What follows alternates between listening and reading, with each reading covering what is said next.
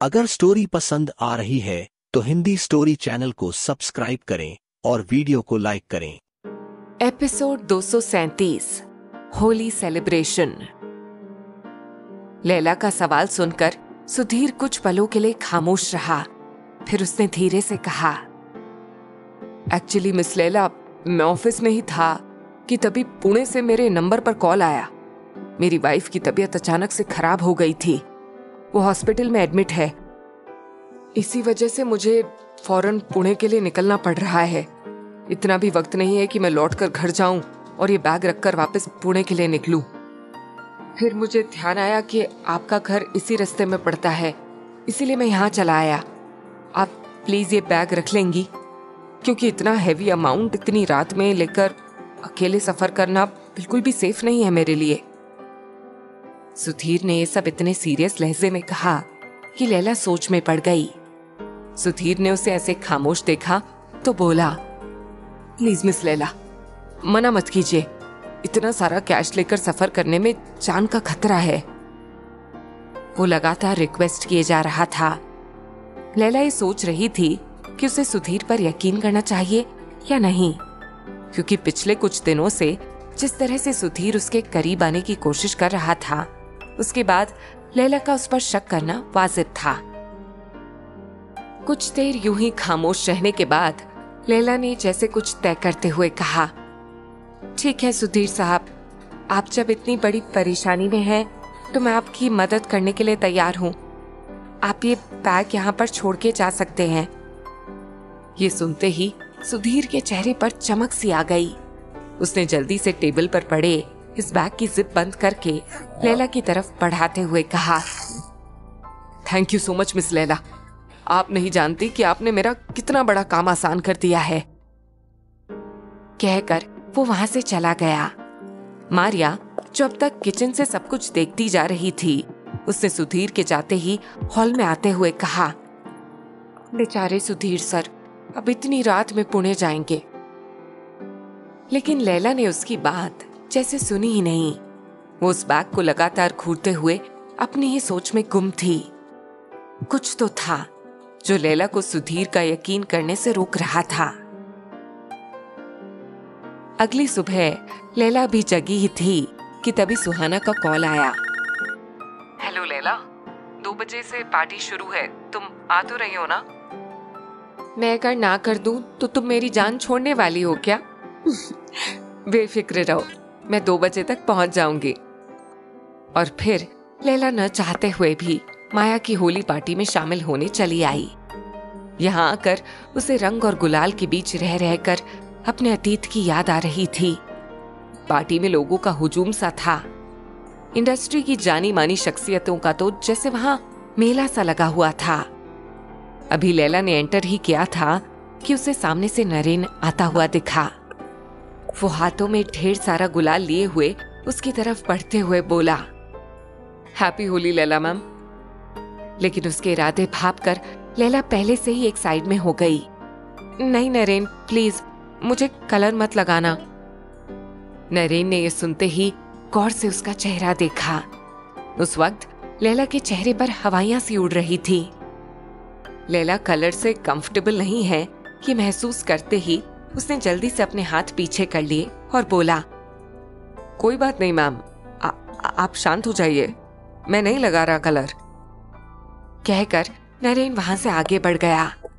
उसे अच्छे से समझ आ गया था कि लैला अतीत में हुए हादसे की वजह से ही रंगों से इतनी डरी हुई महसूस कर रही थी। लैला वहां से आगे बढ़ी तो देखा कि लोगों के हुजूम में न जाने कितने सारे लोगों को तो वो ठीक से जानती तक नहीं थी। अभी वो सुहाना और माया को ढूंढती हुई आगे बढ़ी ही जा रही थी कि तभी कबीर ने उसे पीछे से आवाज देते हुए कहा, मिस लैला, कहाँ चली जा रही हैं? अरे रंगों का त्योहार है और आप अभी भी कोरी खड़ी हैं। उसने एक नजर लैला के झकाझक सफेद कपड़ों पर डाली और पास से ही एक पिचकारी उठा लाया। अभी उसने लैला की तरफ उस पिचकारी का रुख किया ही था कि तभी कबीर को किसी ने आवाज दी। कबीर ने जैसे ही आवाज की डायरेक्शन में देखा तो लैला मौके की नजाकत समझकर फौरन वहां से हटकर आगे बढ़ गई। इस तरह सभी को रंग लगाने के लिए बेचैन देखकर उसे लगा कि अगर उसे रंगों से बचना है तो उसे कोई सेफ साइड देखनी पड़ेगी। यही सोचकर वो सबके रंगों से बचते बचाते एक कोने में आकर खड़ी हो गई। इस तरफ लोगों का ध्यान कम जा रहा था, लेकिन वहां पहुंचकर दूर से ही सबको होली खेलता देखकर उसका मन जैसे गांव की यादों में खो सा गया। कितने शौक से होली खेला करती थी मैं बचपन में। गांव का ऐसा कोई शख्स नहीं होता था जो मेरे लगाए हुए रंग से अछूता रह जाता हो। और फिर शादी के बाद नंजी की वो हरकत याद करते ही उसे छुरछुरी सी आई। अभी वो सोच ही रही थी कि तभी उसे जेनी की आवाज सुनाई दी। वो उसी तरफ भागती हुई आ रही थी। सुजॉय प्लीज, ये कलर नहीं, मुझे एलर्जी हो जाती है। लेकिन उसके पीछे पीछे आ रहे सुजॉय ने उसकी बात नहीं सुनी और हाथ में पकड़ा हुआ कलर बलून बेसाख्ता उसकी तरफ फेंक दिया। लैला सुजॉय को इतना खुश खुश जेनी के साथ रंग खेलता देखकर शॉक थी। ये इंसान कितने चेहरे रखे हुए है। कल जेनी के बारे में इतना सब कुछ जानने के बाद भी आज इस तरह से उसके साथ होली खेल रहा है। सोचते हुए लैला अपने ख्यालों में ही गुम थी। तभी कलर बलून आकर सीधे उसके चेहरे पर लगा। बलून फूटते ही लैला सिर से लेकर पैर तक रंगों से सरोबार सी हो गई। सुजॉय से बचने के लिए जेनी एक तरफ को हुई थी, लेकिन उसका फेंका हुआ वो बलून सीधे लैला पर फूटते हुए देखकर जेनी एकदम से गुस्से से भर गई, जबकि सुजॉय भीगी हुई लैला को देखने में खो सा गया। सुजॉय सारी दुनिया से बेखबर होकर लगातार रंगों से भीगी लैला को देखता जा रहा था। यहाँ तक कि जेनी ने उसके पास आकर कहा, ओ सुजॉय, तुम्हारा निशाना तो चूक गया। सुजॉय ने खोए हुए अंदाज में आहिस्ता से कहा, नहीं, मेरा निशाना बिल्कुल सही जगह लगा है। उधर लैला ने जब जेनी को खुद को घूरते पाया तो खामोशी से वहां से हट गई। वहां से हटकर वो वापस सुहाना के पास आ गई थी। सुहाना ने उसे देखते ही कहा, अरे कहाँ दो रंगों से इतना दूर भाग रही थी तुम कि तुम्हें होली पार्टी में आना तक नहीं था, और कहाँ अब इतनी होली खेल ली है कि रंगीन होकर आई हो। लैला बस मुस्कुराकर रह गई। वो भला सुहाना को बताती भी तो क्या कि उसे किसने रंग डाला है। जबकि सुहाना ने उसे ऐसे मुस्कुराते हुए देखा तो पास ही ठंडाई की स्टॉल से एक ग्लास उठाया और उसकी तरफ बढ़ाते हुए बोली, अब जब रंग ही ले आए खुद को तो होली के मौके पर ये खास रस्म भी पूरी कर ही लो। लैला जब तक उसे मना करती तब तक सुहाना ने ग्लास जबरदस्ती उसके मुंह से लगाते हुए कहा, अरे अब पी भी लो, काफी मजेदार ठंडाई होती है यहाँ की। इनकार में सिर हिलाते हुए लैला ने 5-6 घूंट भर ही लिए थे, जबकि सुहाना ने जिद करते हुए उसे पूरा ग्लास ही पिलवा कर दम लिया। फिर खुद भी वहां से एक ग्लास लिया और एक ही सांस में पूरा का पूरा गटक लिया। फिर खाली ग्लास काउंटर पर रखती हुई स्टॉल वाले से बोली, वैसे मानना पड़ेगा दादा, इतनी बड़ी ठंडाई बनाते हैं ना आप कि मजा आ जाता है। लेकिन जैसे ही स्टॉल वाले की नजर उस जगह पर पड़ी जहां से सुहाना ने वो ठंडाई का ग्लास उठाया था तो उसने एकदम से अपना माथा पीट लिया। सुहाना लैला का हाथ थामे वहां से आगे बढ़ चुकी थी, जबकि स्टॉल वाले ने अपने साथी से कहा, यार अब तो इन दोनों का भगवान ही मालिक है, दोनों ने भांग वाली ठंडाई पी ली है। लैला और सुहाना वहां से निकलकर एक बार फिर से ग्राउंड में आ चुकी थी, जहां पर रंग खेलने का इंतजाम किया गया था। वहां पहुंचते ही लैला की नजर माया पर पड़ी। माया ने उसे गले से लगाते हुए होली विश किया और बोली, तो मजा आ रहा है ना? तुम तो एकदम से आने से ही इनकार कर रही थी। कहते हुए उसने आसपास नजरें दौड़ाई और सुहाना से कहा, ये सुधीर कहीं नजर नहीं आ रहा, जबकि सबसे ज्यादा एक्साइटेड तो वही था इस पार्टी के लिए। तब लैला ने जैसे याद करते हुए कहा, वो सुधीर सर पुणे गए हुए हैं, उनकी वाइफ की तबीयत खराब थी तो इसीलिए। ओह अच्छा। कहकर माया वापस से गेस्ट अटेंड करने के लिए चली गई, जबकि वहां से कुछ ही दूर पर पहुंचकर लैला ने देखा कि जेनी और सुजॉय अब तक साथ में ही हैं। लैला एक बार फिर से कुछ दुखी अगर स्टोरी पसंद आ रही है तो हिंदी स्टोरी चैनल को सब्सक्राइब करें और वीडियो को लाइक करें सी होने लगी थी। कुछ भांग के नशे का भी असर था जो उसके इमोशंस अब ज्यादा लाउड होने लगे थे। अभी उसकी नजरें उन दोनों पर जमी ही थीं कि तभी जेनी की भी नजरें उस पर पड़ी। उसे अपनी और सुजॉय की तरफ देखता पाकर उसने एकदम से सुजॉय के गले में अपनी बाहें डाल दी और स्पीकर पर बज रहे म्यूजिक पर थिरकना शुरू कर दिया। उन्हें इस तरह इतने करीब देखकर भांग के नशे में लैला अब बाकायदा गुस्से से फुफकारने लगी थी। तभी जेनी ने उस पर एक नजर डाली और कुछ उसे सुनाते हुए बोली, बस करो ना सुजॉय, मुझे अब और डांस नहीं करना, वरना अगर मैं ज्यादा थक गई ना तो तुम्हें मुझे आज फिर से फुट मसाज देनी होगी। ये सुनते ही लैला का मूड कुछ और खराब हो गया। वो एकदम से सुजॉय के पास गई और कुछ चीखते हुए बोली, क्या बात है सुजॉय साहब, आपके फुट मसाज के लोग दीवाने हो रहे?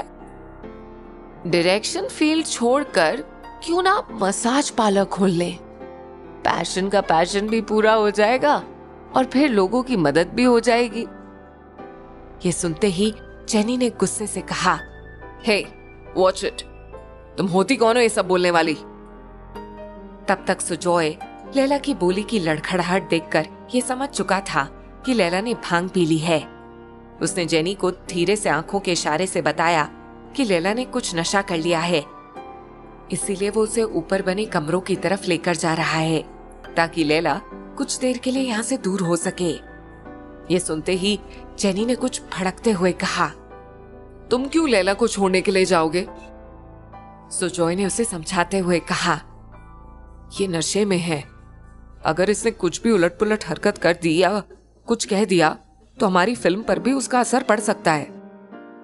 कहकर उसने लैला की बांह पकड़ी और कहा, लैला तुम मेरे साथ चलो। लैला ने लड़खड़ाई हुई आवाज में कहा, क्यों, मुझे भी फुट मसाज देने जा रहे हैं क्या? उसके इस तरह मासूम रवैये पर सुजॉय को अपनी हंसी रोकना मुश्किल हो रहा था। उसने किसी तरह से अपनी हंसी कंट्रोल करते हुए कहा, तुम चलो तो सही।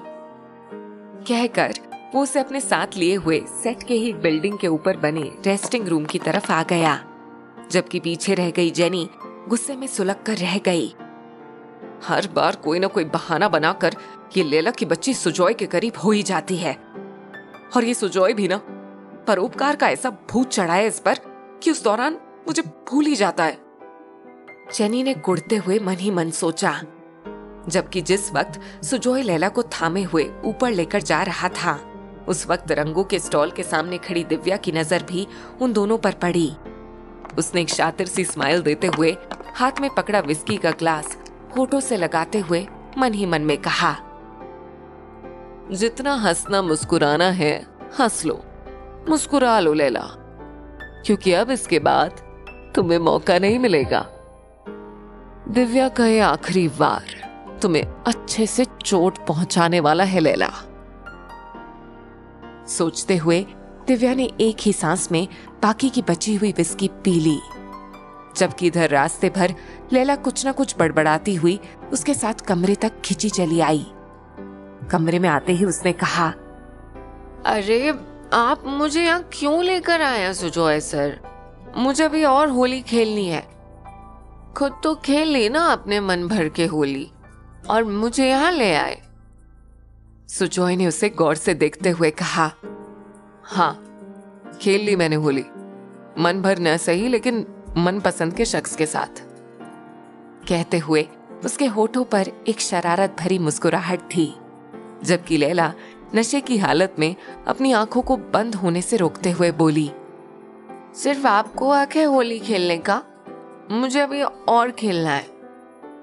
सुजॉय ने उसकी बातें अनसुनी करते हुए उसे बेड पर बिठाया और फिर उसके सैंडल उतारकर पैर ऊपर करते हुए कहा, खेल ली जितनी होली खेलनी थी तुम्हें। लैला ने आंखें बंद करके अपना सिर इनकार में हिलाते हुए कहा, अभी कहाँ, अभी तो सिर्फ आपने मुझे रंग लगाया है, मैंने तो आपको अभी भी एक भी बूंद रंग नहीं लगाया। इसे होली खेलना थोड़ी कहते हैं। फिर वो लगातार जिद करने लगी कि उसे सुजॉय को रंग लगाना है। अब यहाँ कुछ देर आराम करो, फिर होली खेलने चली जाना। लेकिन लैला ने अपनी जिद नहीं छोड़ी। यहाँ तक कि सुजॉय को इंटरकॉम पर एक स्पॉट बॉय के हाथों कलर मंगवाना ही पड़ा। कुछ ही देर में स्पॉट बॉय ने गुलाल लाकर दिया तो सुजॉय ने जैसे हार मानने वाले अंदाज में घुटनों के बल बैठकर गुलाल वाली प्लेट उसके सामने करते हुए कहा, लो अब लगा लो रंग और सो जाओ। लैला ने प्लेट से एक मुट्ठी गुलाल उठाया और पूरा का पूरा सुजॉय के चेहरे पर प्यार से मलने लगी। सुजॉय आंख बंद किए उसके एहसास में भीगता चला गया। तभी लैला ने अपना हाथ उसके चेहरे से हटाया तो सुजॉय ने आंखें खोलते हुए कहा, अब सब हो गया ना तुम्हारा, अब सो जाओ। लेकिन लैला ने इनकार में सिर हिलाते हुए कहा, नहीं अभी कहां, अभी एक और चीज बाकी है। आखिर क्या थे लैला के इरादे? हिंदी स्टोरी चैनल को सब्सक्राइब करें।